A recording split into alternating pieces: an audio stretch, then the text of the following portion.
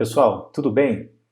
Nessa aula, que eu dividi em 5 vídeos para que não ficassem muito extensos, o objetivo é tratarmos o assunto serialização, em linhas gerais e também ali no Unity com alguns exemplos. Muitas pessoas, muitos alunos se deparam em algum momento com esse atributo de campo, Serialize Field, e isso gera algumas dúvidas, alguma dor de cabeça, o que é o Serialize Field, o que é a serialização. O objetivo nesse vídeo não é mostrar exatamente o Serialize Field, mas sim mostrar o que é a serialização para que sirva de subsídio para entender posteriormente o Serialize Field e outros atributos de campos relacionados à serialização. Então, bora lá, vamos direto ao ponto, boa aula e até daqui a pouco.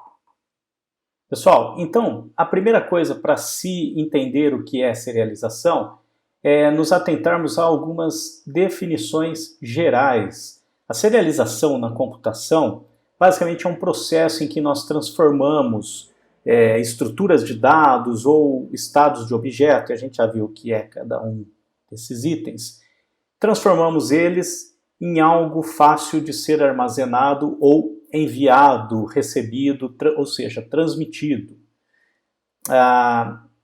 O nome dessa transformação, então, é serialização.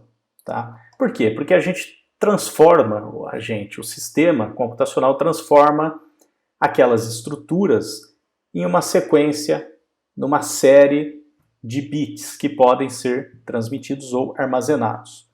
E o que significa transmitir? Basicamente é passar por uma rede de dados e armazenar, basicamente guardar em arquivos, tá?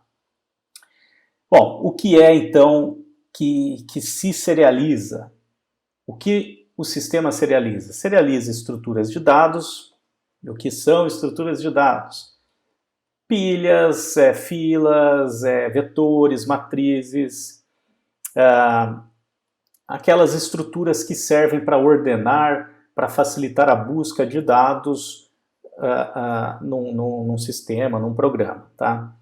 E os estados de objetos, basicamente, são a definição ou o que é um objeto de acordo com as suas variáveis. Ou seja, os estados dos objetos são definidos por variáveis, por atributos presentes atrelados àqueles objetos. Então, olha só, se fôssemos definir estados de objeto, as variáveis atreladas aos objetos guardam valores e esses valores definem o estado, a situação daquele objeto. Em programação orientada a objetos, o objeto, a gente não vai se aprofundar, mas basicamente o objeto é uma instância de uma classe e possui métodos e atributos, ou seja, ações, métodos e atributos, variáveis, propriedades, características. Então, a serialização, voltando, guarda, ou seja, transforma para guardar ou para transmitir essas estruturas.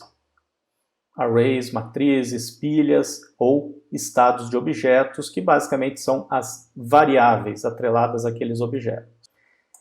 Eu vou para a próxima página. Como assim? As estruturas de dados e estados de objetos são transformados em quê? Acabei de falar que a gente serializa para transformar em algo. E o que é esse algo? Basicamente é uma sequência de bits. Tá? Um trem de bits, às vezes a gente diz isso, ou um string de bits, uma corrente de bits.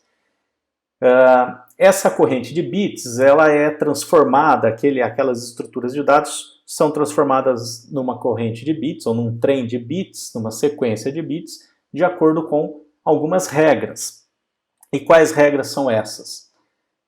Basicamente, alguns protocolos de transformação para que, quando eu transformo naquele trem de bits, eu consiga depois deserializar, obter novamente, restaurar aquela informação para usá-la.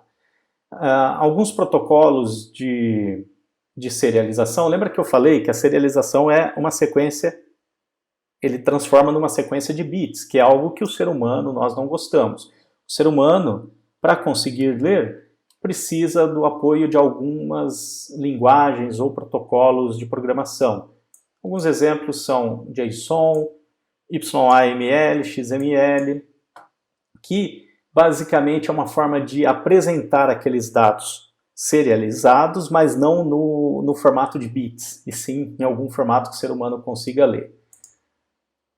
Bom, eu acho que agora a gente pode partir para o Unity, para a serialização lá no Unity.